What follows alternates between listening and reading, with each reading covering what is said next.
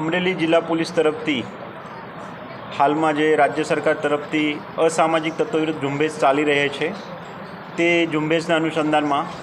જિલ્લામાં છેલ્લા 5 વર્ષમાં જે ઇસમો ઉપર પાસા થયેલ છે, તડીપારના ગુનામાં તડીપાર થયેલ છે, દારૂના ગુનામાં સંડોવાયેલ છે, મિલકત વિરુદ્ધની ગુનામાં સંડોવાયેલ છે, વ્યાજખોરીના ગુનામાં સંડોવાયેલ છે અથવા એને સિવાય અન્ય કોઈ ગુનામાં સંડોવાયેલ છે, એ લોકોને એક સમજ આપવા સારું આજરોજ જિલ્લા પોલીસ તરફથી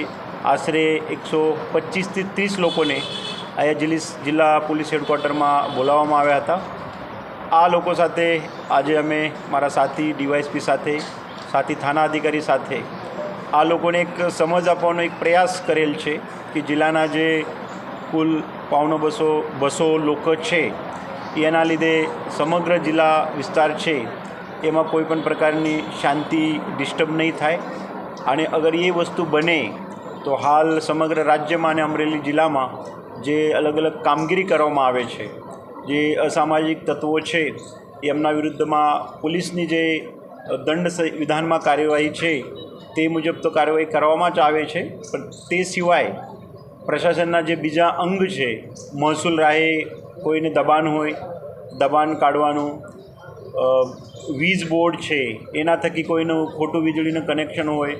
પેમેન્ટ કરવાનું બાકી હોય તો એ કનેક્શન તોડવાનું, નળ પાણીનું કનેક્શન તોડવાનું, ફોરેસ્ટ ખાતા હોય અથવા અન્ય કોઈ ખાતા હોય, વાહન વ્યવહાર વિભાગ હોય એના વાહનો હોય, એ વસ્તુમાં પણ એ બાબતે પણ જિલ્લા પોલીસ તરફથી એક સક્રિય કામગીરી કરવામાં આવશે। તે બાબતની આ લોકોને સમજ આપવામાં આવેલ છે। સાથે સાથે આ લોકો સાથે ચર્ચા કરતાં આ લોકોના ભૂતકાળના જે ગુના છે એ લોકોને ગુના પછીનું શું વર્તન રહ્યો, અમુક લોકો જે ભૂતકાળના ગુના છે ત્યારબાદ શું બોધ લીધો, કેવી રીતે એ સુધર્યા છે, હાલ શું પ્રવૃત્તિ કરી રહ્યા છે, બીજા એના સાથી મિત્રો શું કરી રહ્યા છે,